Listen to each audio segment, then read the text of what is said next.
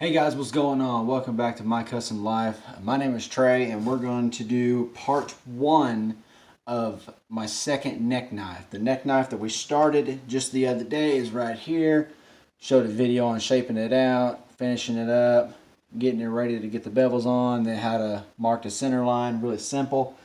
Today I was going to start this knife, but I decided I'm going to wait and get some more steel to do this knife. I got my template for it right here that I originally made, but it wasn't very good steel, wasn't able to get it straight, and it was a little too thin. I'd like to get maybe some 1/8 inch thick, but this 1/4 inch is way too thick. So I got my new knife drawn on the back. As you can see, it's just a little neck knife, got a nice little thumb ramp up there, and I'm going to cut this piece off for extra steel, and I'm kind of wondering what I want to do with it. Let me know in the comments what I should do. I'm thinking about just firing the forge up, heating it up, beating it out, maybe turning it into a smaller knife, or maybe I can turn it to another tool. I don't know. We'll figure it out. But anyway, that's what we're going to be starting on today. I got all my other stuff here. We're going to come out with more videos of the Santoku paring knife. And then I'm going to come out with some videos on the wet sanding process of knives like this. It's got a decent little satin finish on it, kind of more knives on that. And then we're starting the first video of this one today. So I'm going to get it cut out, get it shaped, and we'll do the same process as this one. We will get it down to profile, smooth it out, and then we'll go through the process of marking out the center lines. And this one on this back part right here, where kind of hard to see it. There we go. The back part right there where it's got the thumb ramp, I'm going to put a small bevel, not really sharp, just kind of like a swedge. Something you'd see on an average fixed blade or pocket knife. But anyway, let's go ahead and get this stuff moved out of the way. We'll get it clamped and ready to go. Talked about these yesterday. These are an amazing tool to invest in. They're really cheap. If you got a vise, just rubber jaws. They hold on to the metal really well, hold on to your work, your wood stuff, but they don't mar up anything. They don't scar it or make any scratches or gouges. Definitely nice to invest into. Anyway, let's go ahead and clean the work area up, and then we will get this clamped and ready to cut. Let's go ahead and swivel this out.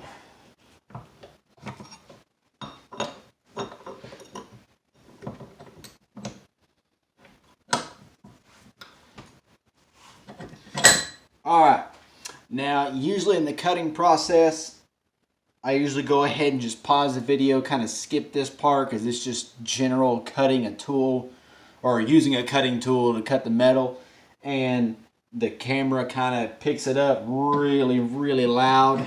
So, let's go the opposite direction, kind of straighten that up.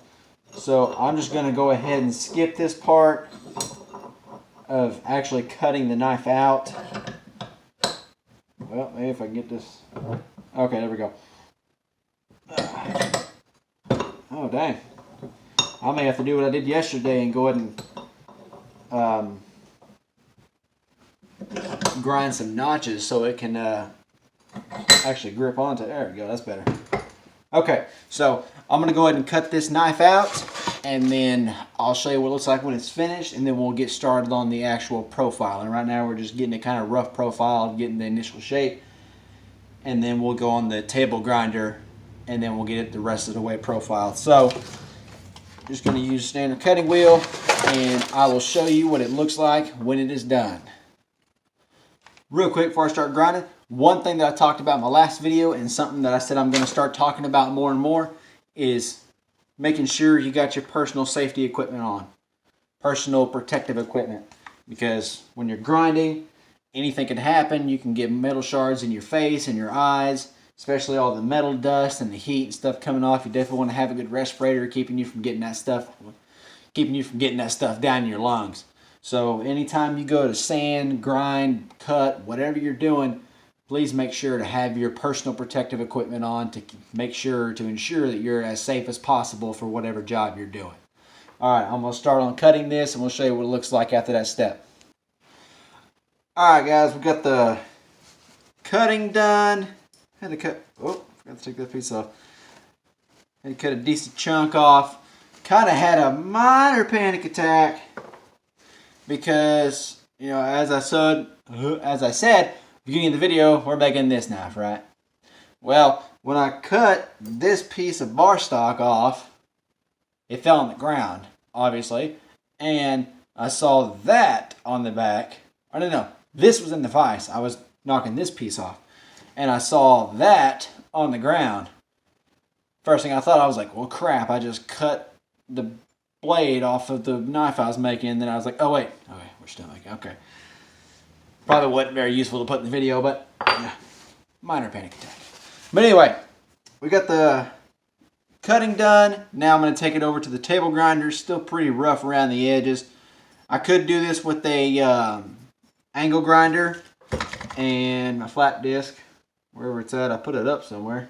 Make sure I wouldn't lose it, and I lost it. So, okay, well, I'll find that some other time. I don't need it right now. But anyway, could use a flat disc for this just as easy, or a regular grinding rock or grinding wheel. But I'm going to use my table grinders because it works just as easy, and I don't have to worry about trying to make sure this is clamped a certain way, and just makes it that much more convenient for me. So anyway, I'm going to go ahead and get that done, and this is the actual setup that I have. Let me turn the camera. Right there. Okay. So this is where I do my grinding. This is the older Columbia heavy-duty ball bearing table grinder. Works really well. And I never really looked into it because this technically isn't mine. This is my grandfather-in-law's, and he just allows me to use it. But I'm gonna be getting my own tools here for too long. Let me see. Yeah, one of these is, yeah, I can see it now. I've always noticed that one was always more coarse. I didn't know if that was just how it was designed, but it is. Okay, well, anyway, there's my useless information of the day. Anyway, I'm going to go ahead and get started on this, shaping this out, and then I will show you what it looks like when it is basically done being profiled. And then we'll go to filing the edges, making sure everything's straight, and then go through the same process as yesterday on marking the center line for the bevels. I'll show you what it looks like when it's finished. Oh, hang on, here we go. Alright guys, we got the grinding finished, and we have this pretty nice little knife profiled. Feels pretty good in hand, first impression. See what y'all think of it. It's going to be a nice little neck knife. It is pretty thick, 1/4 inch thick. I'm going to be taking quite a bit of material off. Like I said, I'm making the, obviously, bevels. I'm going to make a little swedge up here. This thumb ramp is. I'm going to drill some holes. So I'm going to be taking some weight out of it. So it's not going to be that bad. But now, what I'm going to do is what I did yesterday. Get the hair in my face. Need a haircut. But anyway, what I did yesterday is I'm going to go in here, kind of like how I did with this, and go in with the round, half round, and flat file, or flat files, and get this all nice into its final shape, and then we will go ahead and mark the center line for the bevels. So let's get that started. Oh, my jaw, my vise. Okay, take this off now. Once again, please wear your personal protective equipment when you're doing anything, any kind of work with grinding, sanding. You know, if you're sanding with a block, maybe I would still suggest a dust mask. Maybe not a full-on respirator. But if you're doing any grinding, you know, any grinding with a rock or with a flat disc. Oh, by the way, here's my flat disc. Or with a grinding wheel, please make sure to wear your at least some kind of respirator. And that'll definitely help you in the future. You know, if you start now with breathing in, you know, depending on what age you're starting at, certain people have worse effects with it, especially when you get older in age. You know, your body just can't handle certain things like it used to. And that's no offense to people who are in an older age. It's just how it is. You get to a point where your body starts to break down. It takes things a lot harder than it used to when you were younger. But always make sure to be as safe as you possibly can for whatever job you're doing. Like if you're welding, obviously you need to be wearing a welding mask and maybe at least gloves. At the bare minimum. Most would recommend, and so would I, a welder's jacket. But a lot of people, such as myself, I was like, I don't need a jacket. There was one time I went to Votech and I was studying auto body, and that was my first job. I worked in a paint shop and I was doing overhead welds, and I was plug welding. Well, I had my welder's jacket on, and luckily I did, because when I was doing the plug welding, the feed wasn't fast enough, so it wasn't melting the metal melting the wire into the metal like it should, and that weld actually dripped off onto my jacket. Luckily I had a jacket on. If I just had a shirt on, it burned straight through. It burned me pretty bad. So always wear your personal protective equipment for whatever job you're doing. Try and be as safe as possible. Try and make sure that you're going to be as safe as well as being as efficient. So anyway, I'm going to go ahead and get to work on these, and I'll be coming in and out of the filing, going in and out of the video while filing, talking about some techniques that I've learned from other channels. I've learned just from YouTube alone, or just looking it up on the internet. So I'm going to go ahead and get started with the flat file. Just kind of getting this all nice and flattened. Mainly because, as you saw, the table grinder I use has 6-inch wheels. And because it has 6-inch wheels, oh dang.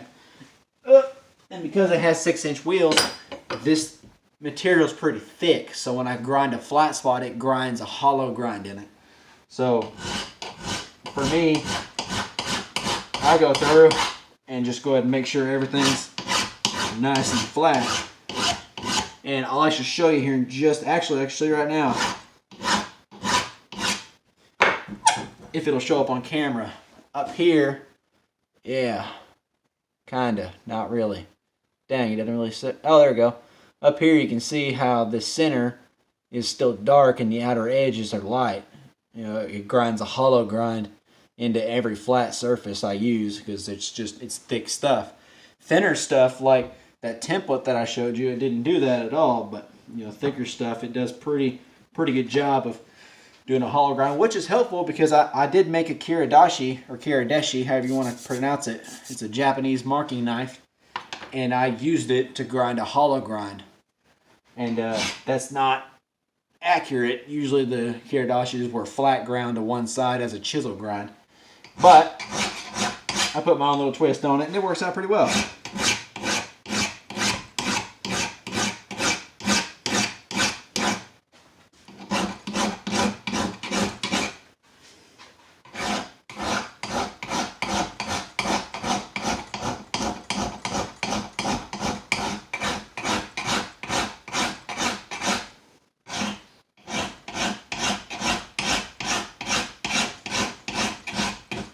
Oh, dang.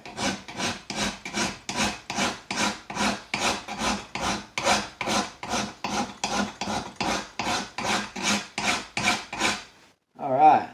Got the flat spot good. Let's go ahead and get that thumb ramp nice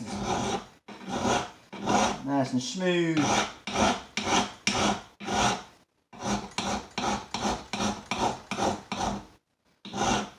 That's a pretty steep ramp. I'm going to go ahead and use this round file.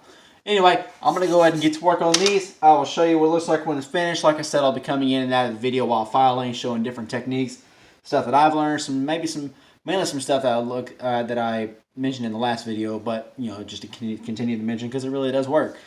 And I'm going to go ahead and get to work on this. Like I said, I will show you what it looks like when it's finished. Alright guys, I got it all flattened out, or even, on all sides. This is what it looks like now. Doesn't really look a whole lot different. But I'm going to show you all the technique that I did yesterday that I've learned from Simple Little Life. Now, if you haven't seen his channel yet, he's a Canadian knife maker. His name is Jeremy. Really good guy. He's awesome. I've learned a lot of stuff from him and Alex Steele. I'm sure a lot of people know both of them. They're definitely really well-known knife makers. They make really good stuff. Simple Little Life is more stock removal, and then on the opposite side, Alex Steele is a lot more of the actual Damascus forging process. Both really good knife makers. Now, from Simple Little Life, I learned the draw filing technique. Now, what that is if you don't know what it is, I explained it in my last video, but if you haven't seen that, I'll explain it again.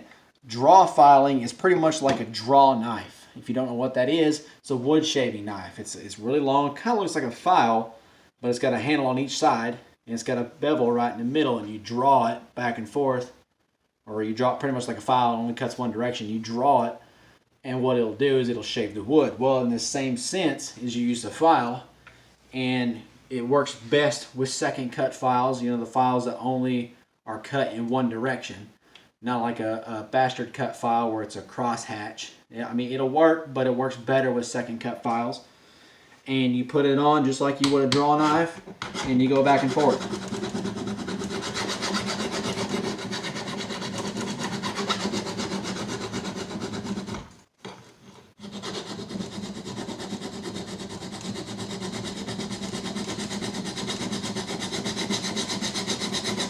What this does is not only does it help make sure that you have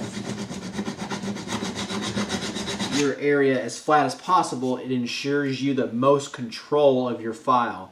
Because if you're filing like this, you can just as easily put too much pressure on one side and tip it up and put an edge, and then you got to file more, trying to compensate for that, which draw filing can happen as well, but you have a lot more control. At least I feel a lot more control over the file and the speed, or the ability to get real close and just do small little strokes on it to make sure that it's not going to get out of control. But that's a good technique to do. Not only does it help you make your surface look good, it also gets it that satin finish, because all the scratch marks from the blade or the file are going in one direction. So it looks really good. And when you go to mark your center line, if you have standard scratches from a file, if you're not using a belt grinder or maybe just actual sandpaper, then those cross hatch marks will kind of catch the way I do it anyway, it'll kind of catch the tip of the drill or the center marking tool, whichever you're using, on all those marks. Now, if you're doing the draw filing, it puts all the filing marks in one direction, that's down the middle. So it allows you to really mark the center line extremely well. Way better than if you had the cross hatch marks. Yeah, that's staying on the video.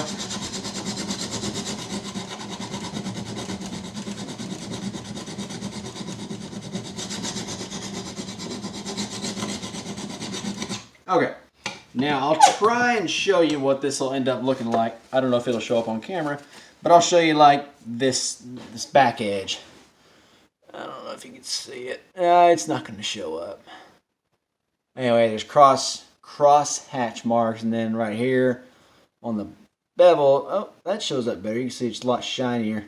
It's got more of a satin finish, even though I'm using something as abrasive as a file. Now, I'm going to go through and do that on all edges to make this nice and smooth, and I'll sand the edges, or on all sides, and then sand the edges to make them where there's no burrs, and then we'll go through the center marking process. Alright, I'll show you guys what it looks like when it's finished. Alright guys, here we go. It's the last step of this particular video. We got this knife shaped out. We got it all flat on each side. Got all the burrs off. It's feeling really good in hand. And now we're going to mark the center line on this, and I'm going to make a little swedge back here, so I'm going to mark that one as well. This is what I do. Now, some people have their different setups for how they use it or how they do it. Certain people don't. Some people will just go without doing it because they've done enough knives where they can do it. I mark the blade with this marker, Sharpie, magic marker, whatever. Could use spray paint, layout dye, blue dicum, whatever you got. And mark the surface. And what I use is a drill bit. Now, if you're going to use a drill bit, then you want to use a drill bit. I already have mine out. If you're going to use a drill bit, you want to use a drill bit that is the same thickness as the material you're working with. So, for example, you're using an 1/8 inch 01 tool steel. You're going to use an 1/8 inch drill bit.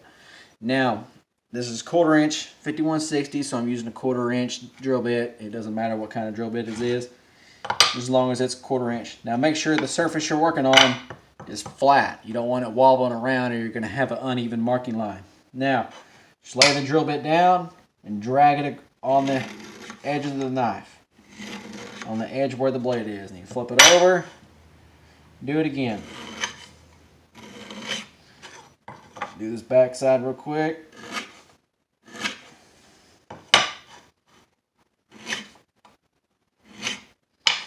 Okay, now, I talked about this in my last video. Oh, crap. Woo!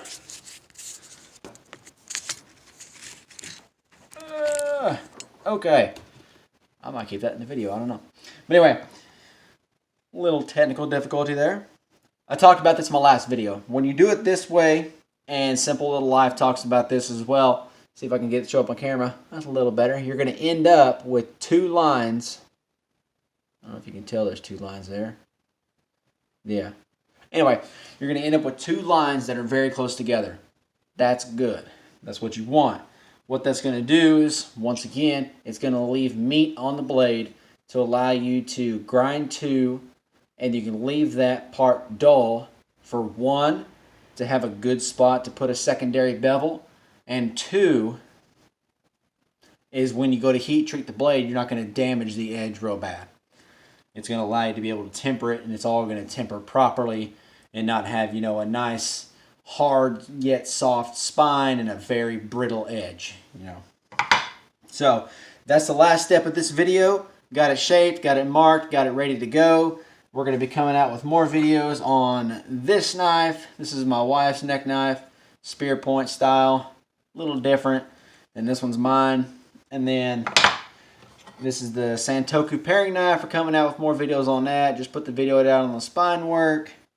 And then we also got this one that I'm going to be doing some demonstration on the hand sanding, wet sanding,